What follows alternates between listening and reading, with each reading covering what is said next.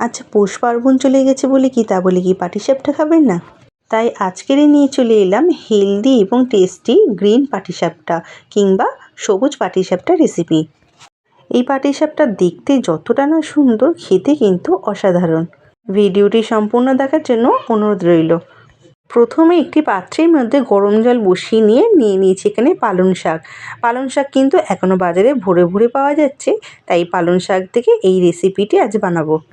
Green পাটিসাপটা green ভাবটা ধরে রাখার জন্য এখানে আমি বরফ ব্যবহার করব। আর গরম ফুটন্ত জলের মধ্যে কিন্তু আমি ঘড়ি ধরে 1 মিনিট মতন পালং শাকটা রেখে আবার বরফ জলে আমি রেখে দিয়েছিলাম। তারপরে মিক্সির মধ্যে আমি নিয়ে একটি মিহি পেস্ট করে নেব। এইভাবে করলে কিন্তু পালং শাকের কোনো রকমের কাঁচা গন্ধটা কিন্তু একদমই পাবেন না। এরপর ব্যাটারের জন্য একটি বোলের মধ্যে নিয়েছি ছোটো ডাবু হাতা, 2 হাতা ময়দা, 2 হাতা চালের গুঁড়ো, 2 হাতা সুজি, আর নিয়েছি মিষ্টির জন্য 1 হাতার মতন চিনি নিয়েছি। আপনারা যেরকম মিষ্টি খান সেই অনুযায়ী কিন্তু চিনির পরিমাণটা নেবেন। এরপর পরিমাণ মতন জল দিয়ে একটি ব্যাটার আমি গুলে নেব। তবে ব্যাটারটি কিন্তু খুব বেশি পাতলা বা খুব বেশি গাঢ় হবে না। খুব ভালো করে মিশিয়ে নেওয়া হয়ে গেলে ওই যে পেস্ট করেছিলাম পালং শাকে, সেই পেস্টটি দিয়ে আবারও খুব ভালো করে মিশিয়ে নেব।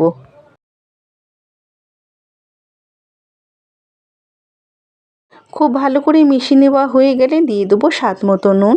অনেকেই কিন্তু মিষ্টির মধ্যে নুনটা দিতে চান না, কিন্তু নুনটা দিলে কিন্তু স্বাদের ব্যালেন্সটা থাকে আর খেতেও ভালো লাগে। আবারও সব কিছু খুব ভালো করে মিশিয়ে নেব। এখানে কিন্তু পাটিসাপটার জন্য আমার ব্যাটারটি সম্পূর্ণভাবে কিন্তু রেডি হয়ে গেছে। এরপর পাটিসাপটা পুরের জন্য এখানে নিয়েছি 1 বাটি নারকেল কোড়া, 1 বাটি গুড় নিয়ে খুব ভালো করে পুরটা আমি রেডি করে নেব।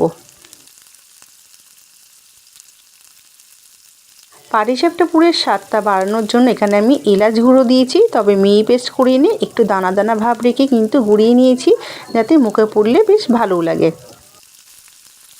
আবারও সব কিছু ভালো করে মিশিয়ে নিলে কিন্তু আমার এখানে পুরটা সম্পূর্ণভাবে রেডি হয়ে যাবে। পুরটা এখানে সম্পূর্ণভাবে আমার রেডি হয়ে গেছে।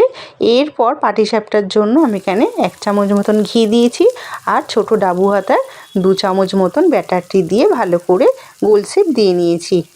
পাটিসাপটার ওপর পিঠটা ভালো করে যখনই শুকিয়ে আসবে, সেই স্টেজে কিন্তু আমাদের নারকেলের যে পুরটা আমি রেডি করেছিলাম সেই পুরটি দিয়ে ভালো করে খুন্তির সাহায্যে আমি পাটিসাপটা শেপ দিয়ে নেব। প্রথম পাটিসাপটাটা কিন্তু আমার একটু অসুবিধা হয়েছিল ঠিকই, কিন্তু পরেরগুলো কিন্তু আমার খুব সুন্দরভাবে পাটিসাপটা শেপ দিয়ে আমার কিন্তু রেডি হয়ে গেছিলো এই গ্রিন পাটিসাপটাটি।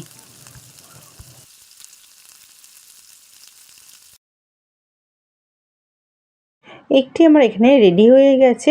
নেক্সট আরেকটি দেখিয়ে দিচ্ছি। আবারও আমি ঘি গরম করে আবারও 2 হাতা মতন আমি দিয়ে নিয়েছি। এখানে ব্যাটারটি দিয়ে ভালো করে রাউন্ড শেপ দিয়ে নেব।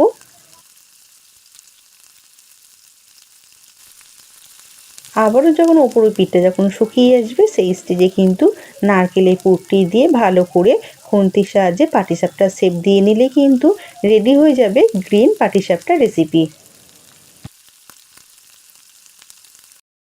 প্রত্যেকটি কিন্তু আমার এখানে রেডি হয়ে গেছে।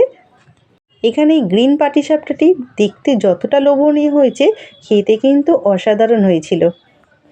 এটা কিন্তু শুধু গ্রিন পাটিসাপটা নয়, এটা কিন্তু হেলদি একটি রেসিপি।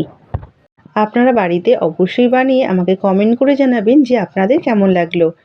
আজকে ভিডিওটি সম্পূর্ণ দেখার জন্য অসংখ্য ধন্যবাদ। ভিডিওটি ভালো লাগলে লাইক, শেয়ার এবং কমেন্ট করে দেবেন, সাথে সাবস্ক্রাইব করতে কিন্তু ভুলবেন না। তাহলে ভালো খান, ভালো থাকুন, টাটা।